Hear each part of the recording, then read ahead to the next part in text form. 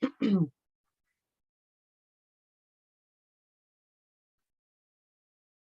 evening, everyone. There are 4 things to remember every single day. The past cannot be changed. Happiness is found within. Kindness is free. You only fail if you quit. But I would like to add 5th point as well, which is remember above 4 every single day. Welcome to today's meditation session. Today's master is Himasri Alapati. She is from Ongole, from India. She's currently studying psychology in the University of Manchester.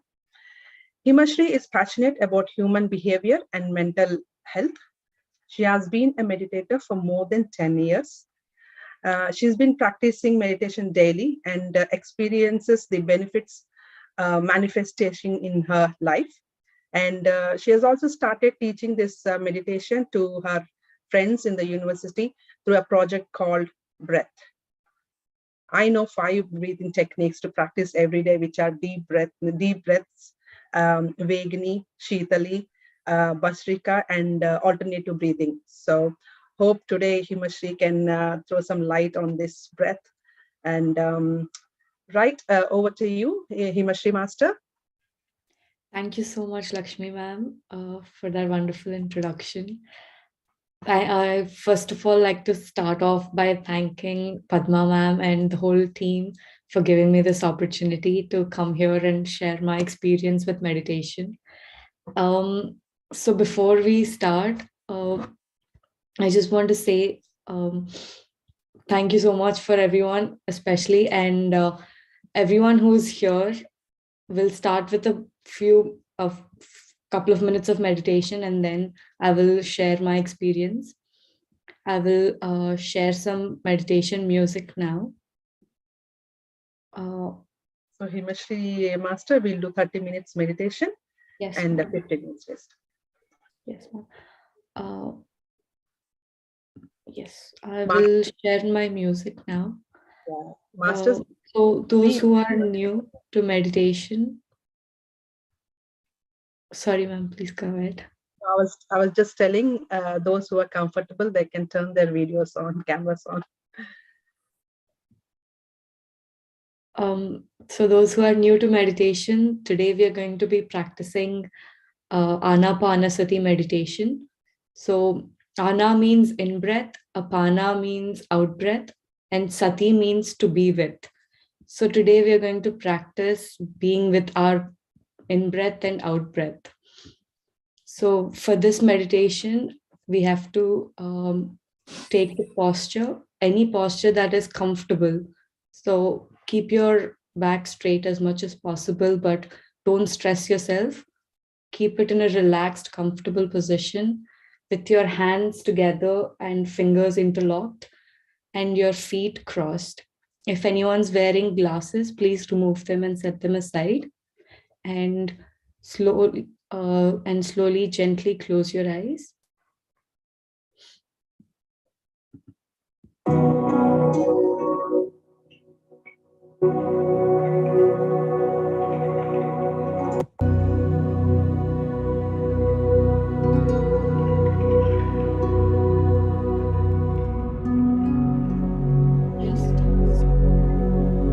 Of the natural, normal.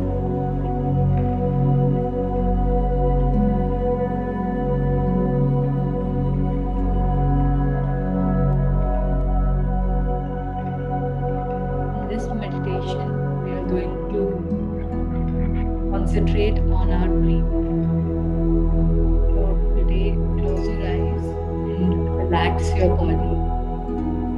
Slowly relax your face. The muscles in your face relax. Feel the muscles around your eyebrows relax. Your eyes, your cheeks, your lips, your neck.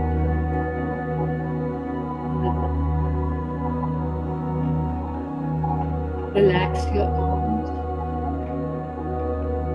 and relax your legs.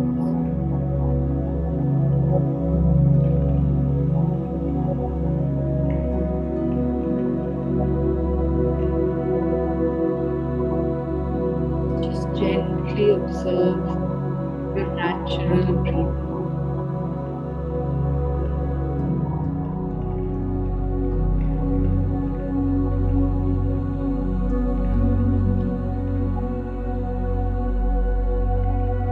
There is no need to synchronize your breathing or breathe artificially. Just observe natural inflow, natural outflow.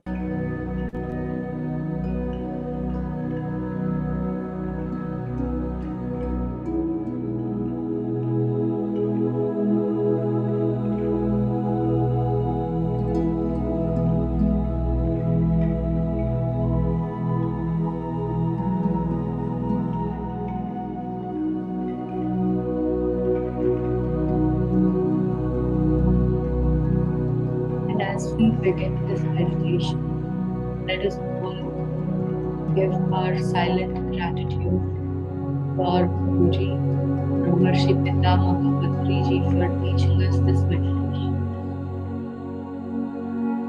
Let us thank our masters who are present for this.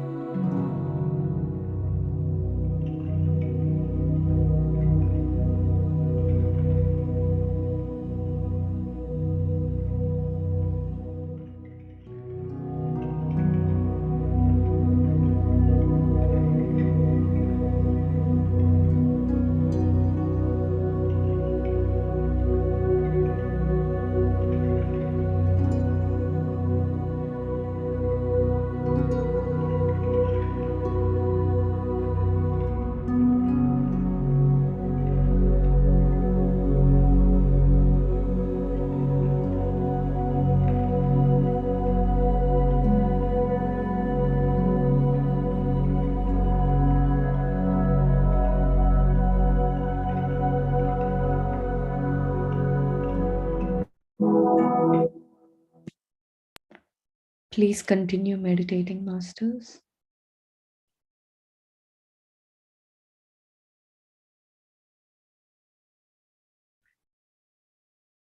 Feel the inflow of air and the outflow of air through your nostrils.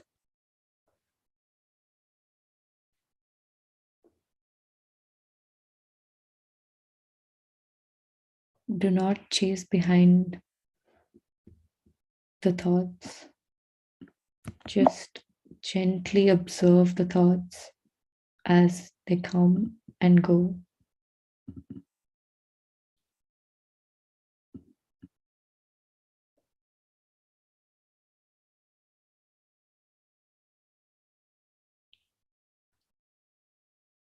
And slowly bring your awareness back to your breathing.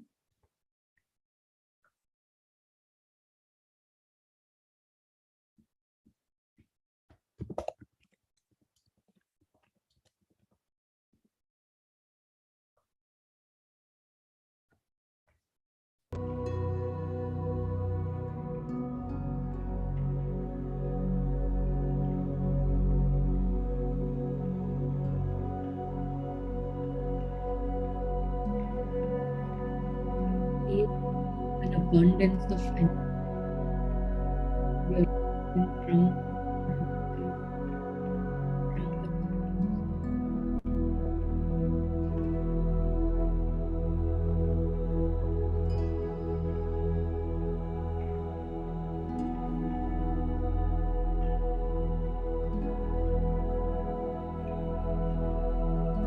feel the cosmic energy in your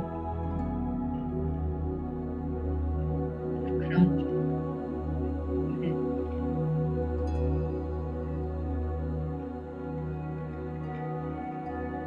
That energy plus your every cell, every cell.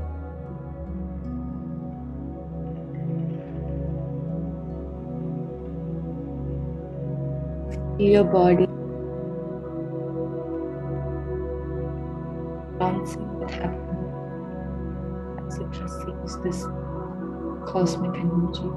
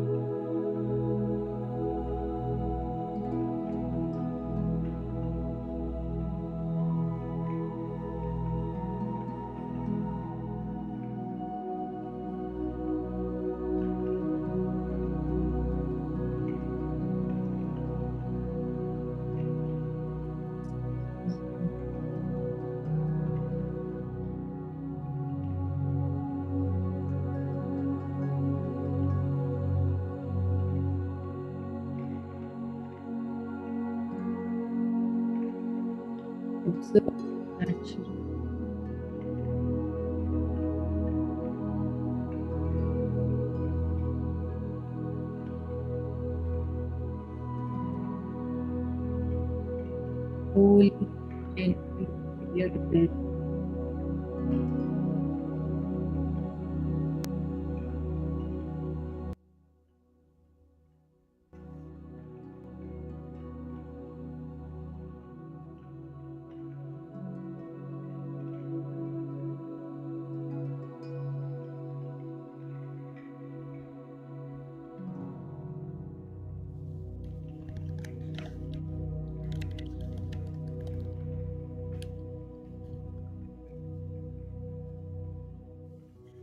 Feel the inflow of the air and the outflow of the air passing by the nostrils.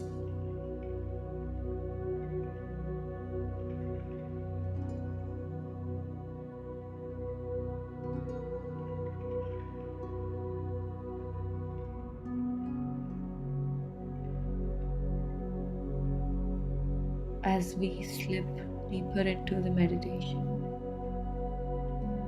we are receiving more and more cosmic energy from the universe.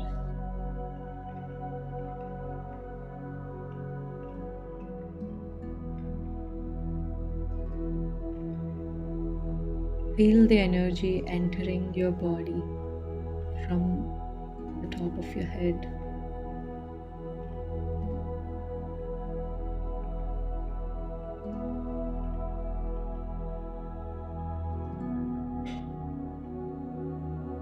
Feel your body rejoicing while it receives this cosmic energy.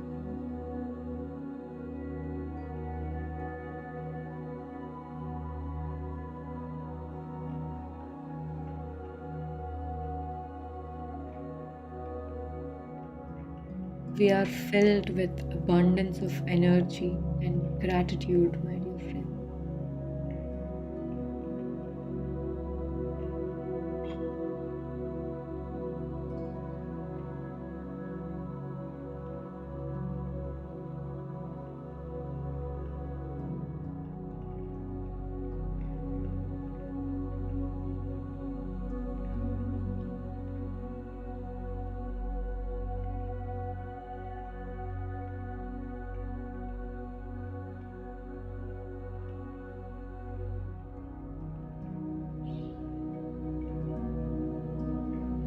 Feel every cell in your body receiving this energy and transforming into its best self.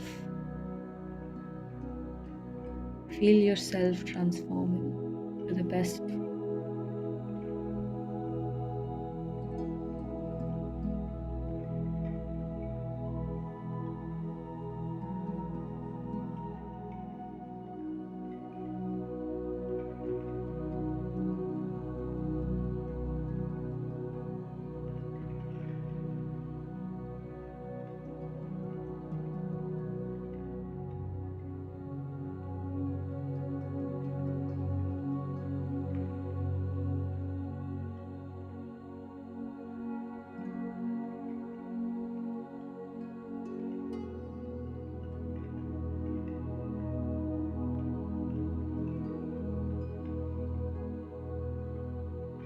Allow yourself to feel the happiness through this meditation.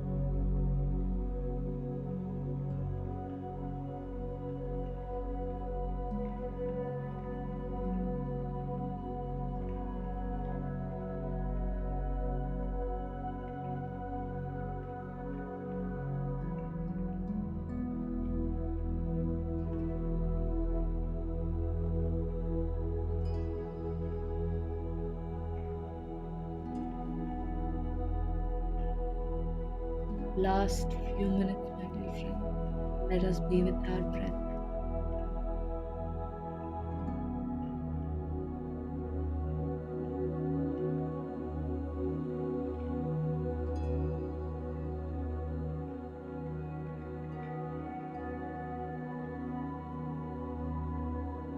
Let us express our gratitude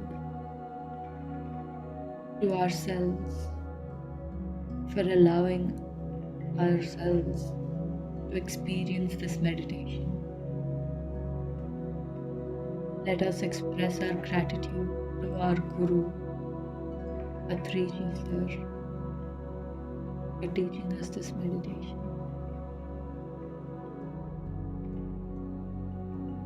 Let us express gratitude to every single master present with us here today.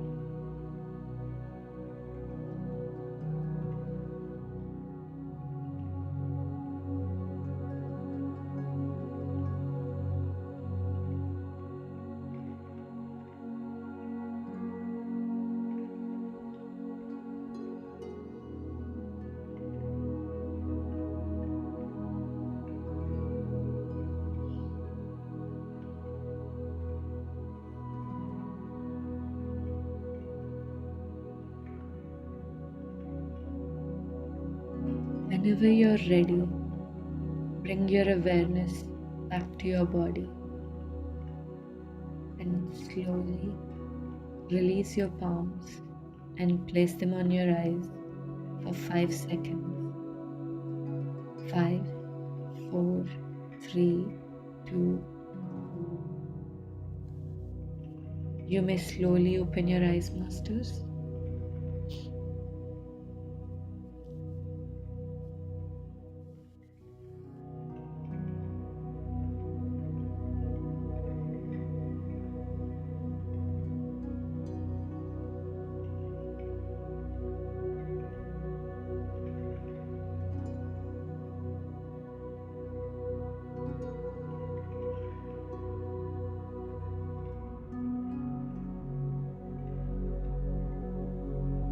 Advama, Thank you, Himasri Master. You can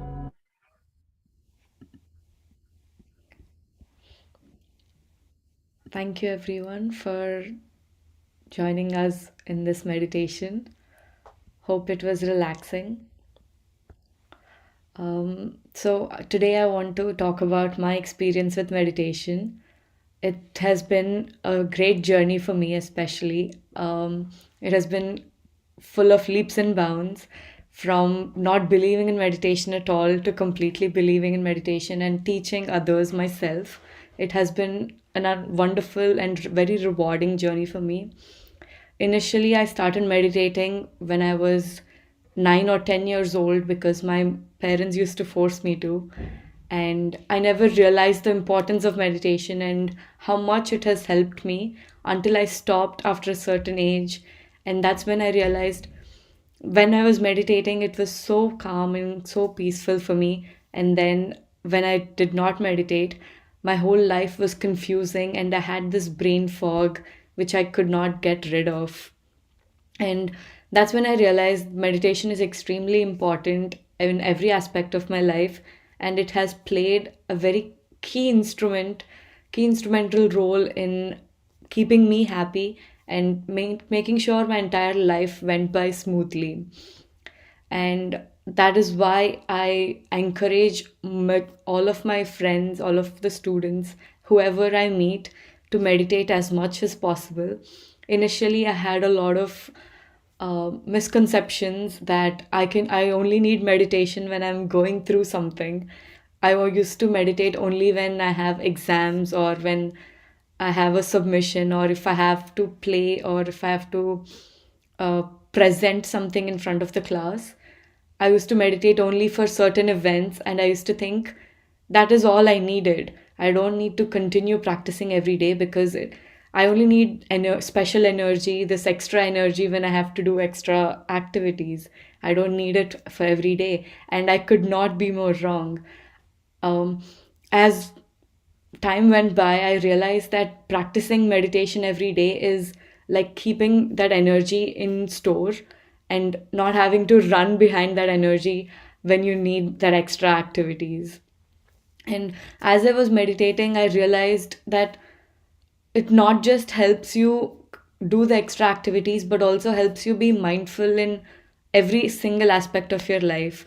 So after meditation, the biggest change that I've noticed is how mindful I am every day, be it doing a regular task as like attending class, or traveling on the bus, or just generally cooking. Because there are days when I forget to meditate, and those days are just foggy and unclear for me. And there are days when I meditate and then I do some activities, and it just elevates every experience. Even if it's a casual daily experience that I have, it just elevates it to another level where I can experience the happiness that I'm gaining out of daily activity, daily routines. I could be folding clothes and I would be happy after meditation. Whereas if without meditation, I could be eating my favorite chocolate cake and I still wouldn't be happy. So that was what I've learned with, through meditation, that being mindful, being in the present is extremely important, and the only way you can be mindful and be in the present is through meditation. And meditation not only has given me this mindfulness, but also through meditation I've met many great masters who have taught me a lot of important lessons in life. And some of those lessons were the importance of positive thinking. So one master, when I was doing my A level equivalent exams, he has come home and he's told me this concept of four types of thinking. I still remember to this date the conversation that we had in my house that day, and it continues to impact me on a daily basis. This four thinking concept. So he has told me that all of our thoughts throughout the day can be categorized into four different categories. So, one is the disastrous type of thinking. So, this is when most of us would say, it is impossible for me to do this. It is impossible for me to achieve this. If I give this a try, I'm going to surely fail. We always have this negative outcome associated with give a whatever we want to try. And this type of negative assurance that we're giving ourselves is categorized as a disastrous type of thinking.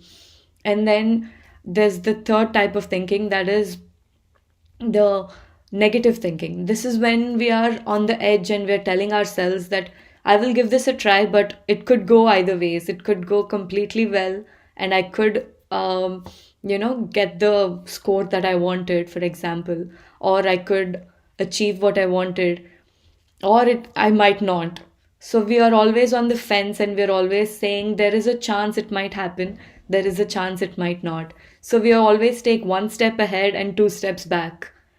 So at the end of the day, we are one step behind anyways, and we do experience more negative outcomes than positive when we are engaging in this type of thinking. And then there is the positive thinking. That is when you say, I'm going to do great. I'm going to have a good day today. You wake up and you feel good, and before every activity you tell yourself positive affirmations, and you continue with life, and you are going to experience positive events, positive outcomes.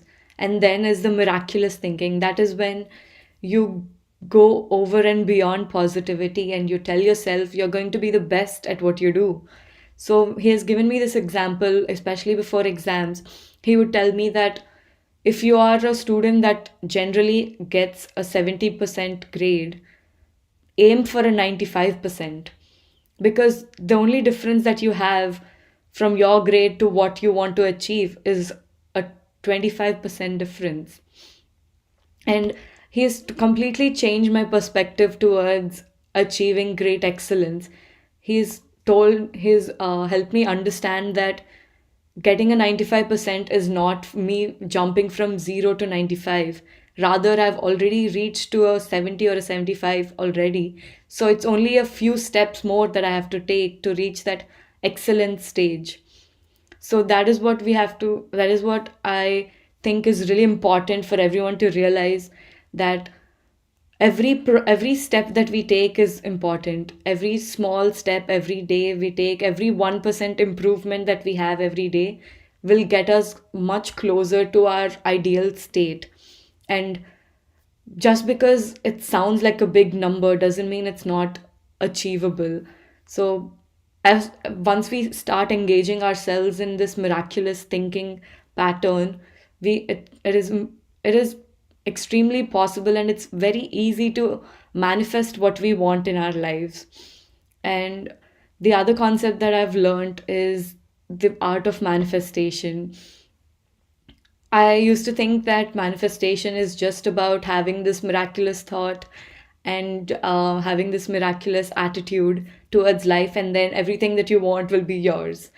When I was in my A levels, this was about 5 years ago, uh, I used to think, yes, so I'm thinking positive. So I've told myself I'm going to get a 99% in this exam. I don't have to study anymore. I know, because I have this positive attitude, I have this new miraculous attitude. So I'm going to, uh, ace this exam, and I'm going to ace this exam, and I don't have to study. And then I went to the exam, and obviously it did not happen because I did not put in the effort. And that is when I realized that manifestation is not just about getting the outcome what you wanted, but it is also about changing yourselves and growing to a state where you are able to manifest and able to experience that ideal state.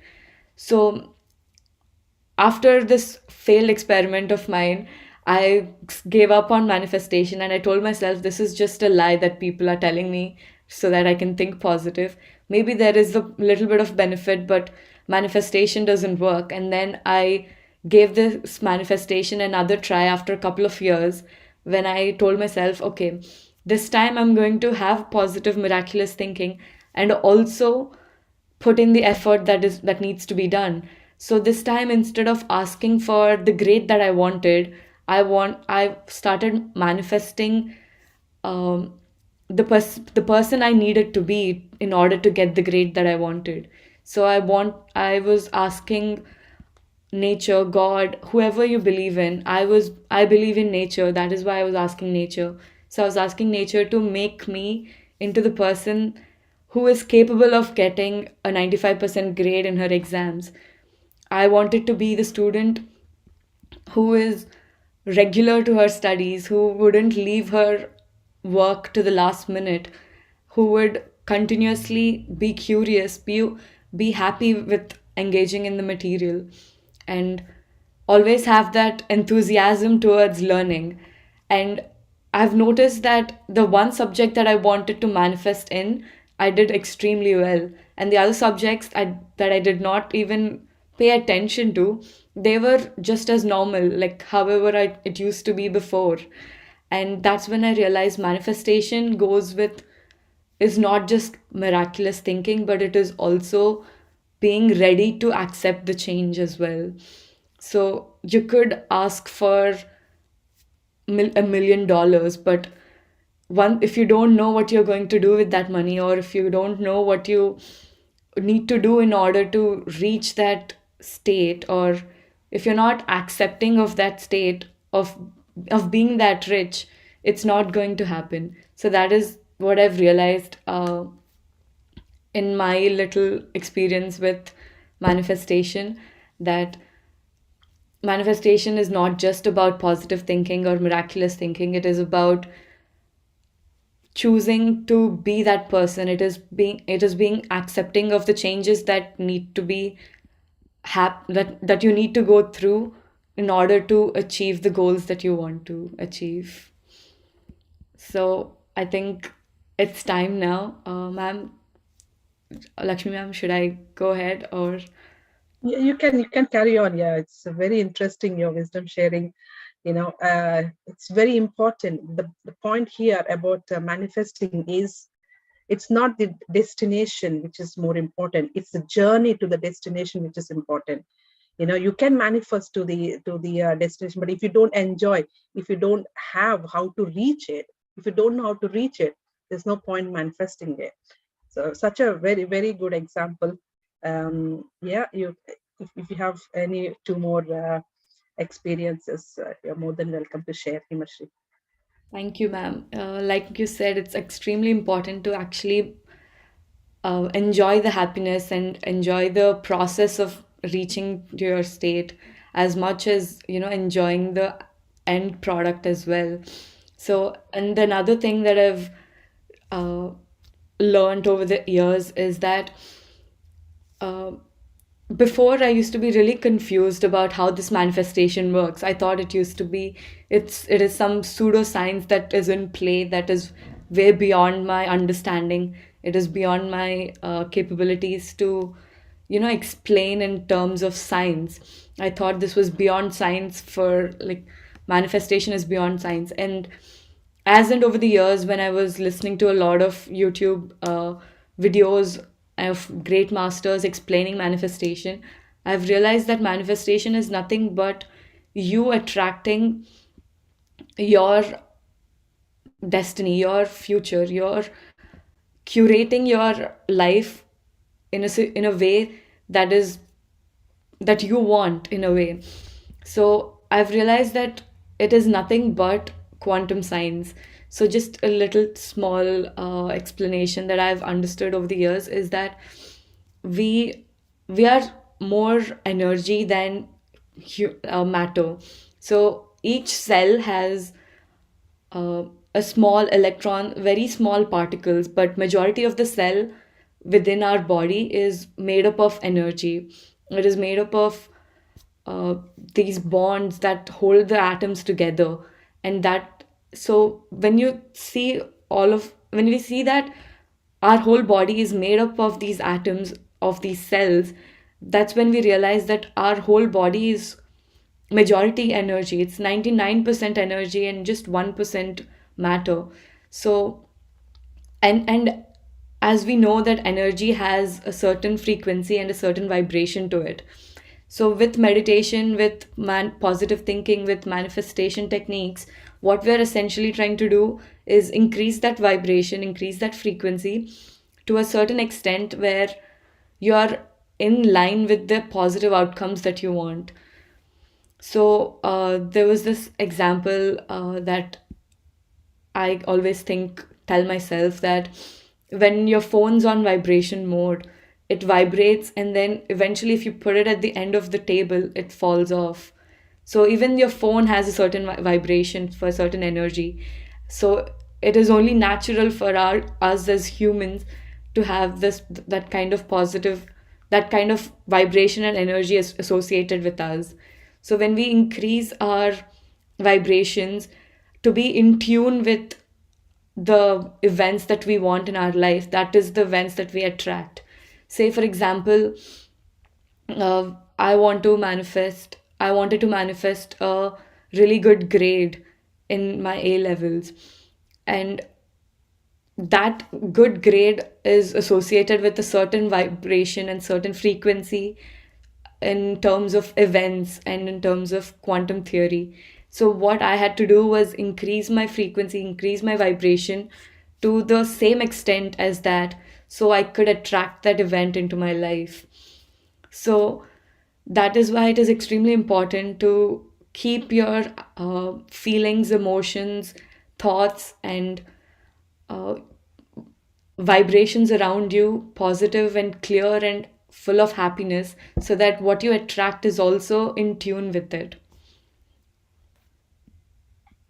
So Yes. that's so nice. And this project you're talking about in the university, is Yes. it again about this quantum physics itself? So in university, a lot of students face a lot of stress, and what I've noticed is majority of them don't know how to deal with it in a positive way. So what this project aims to do is teach students in the university the techniques of meditation and mindfulness. So my friend and I, we started this project 6 months ago, and we're just teaching students how to meditate and lead a stress-free life. Um, Very interesting, very interesting. We would like to have a workshop in Manchester soon. It'll be nice to see you face to face and have a nice workshop for all the students, GCSE students and A-level students to understand more about it. So thank you. Anybody has any questions for Himasri Master? Please unmute yourself and feel free to ask any question. I tell you what, this 41-day sessions are like, you go to a temple, and after going to temple you don't come back, you just go and have that the prasad and you go home, isn't it? So the wisdom sharing is like that. The prayers you're doing is meditation, and the prasad what you're taking is wisdom sharing.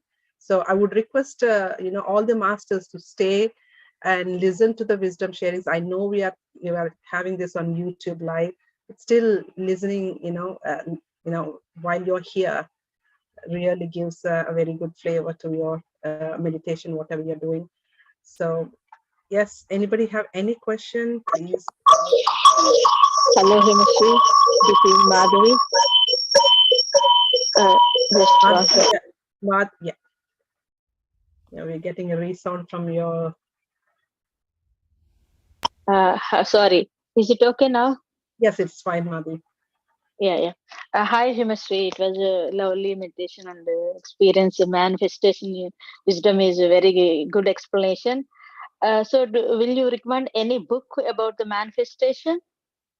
Yes, ma'am.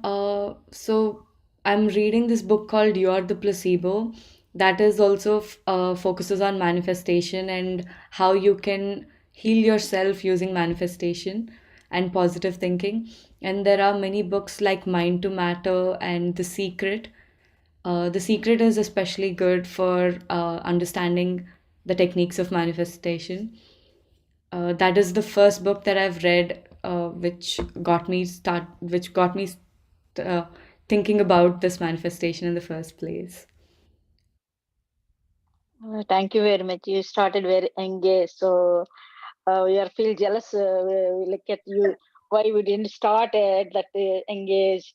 So, this is very good wisdom sharing. Thank you very much. Thank you so much, ma'am. Anybody else got any question? Please unmute yourself.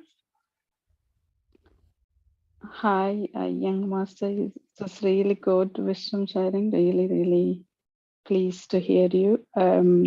Thank you so much. And I just wanted to ask you. You started a meditation very young age. Would you be able to enjoy the life as others, like a young teenagers?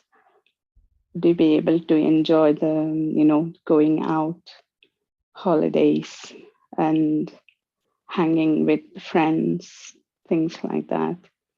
Please Yes, ma'am. share. Thank you. And also, it's really beautiful. I got another question. Like you said, when you were 9 and 10-year-old, your mom forced you to join the meditation. But I'm trying my best with my children, but they're not. So yeah, though they reject I need to keep trying. One day, like you said, you're enjoying the meditation now. How it's benefiting you even in uni level.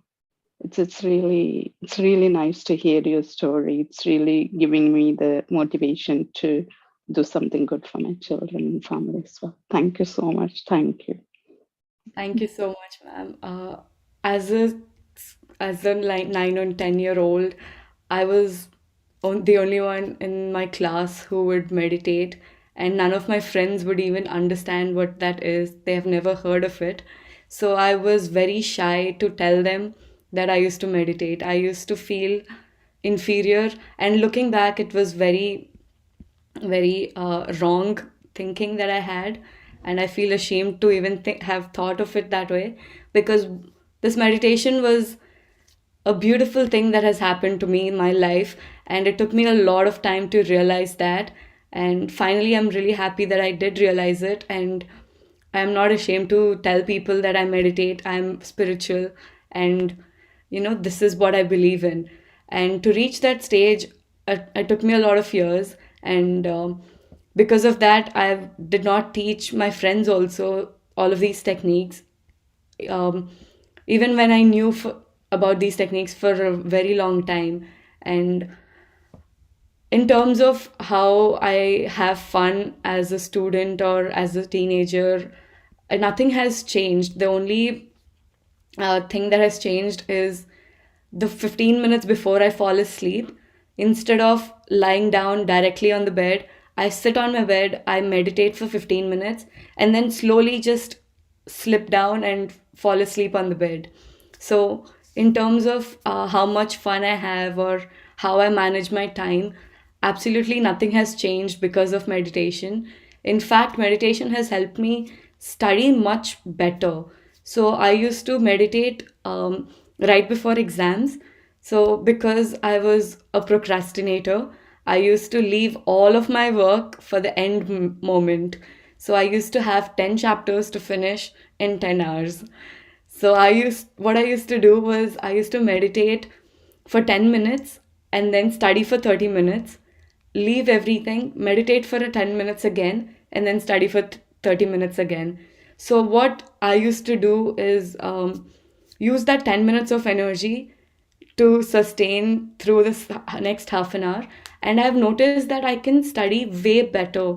I can concentrate much better, and I can easily remember whatever I'm learning, and I can use my creativity to kind of interpret it and make new scenarios. I used to rearrange information and treat it as something fun, treat it as a fun story so that I can remember better for the exam.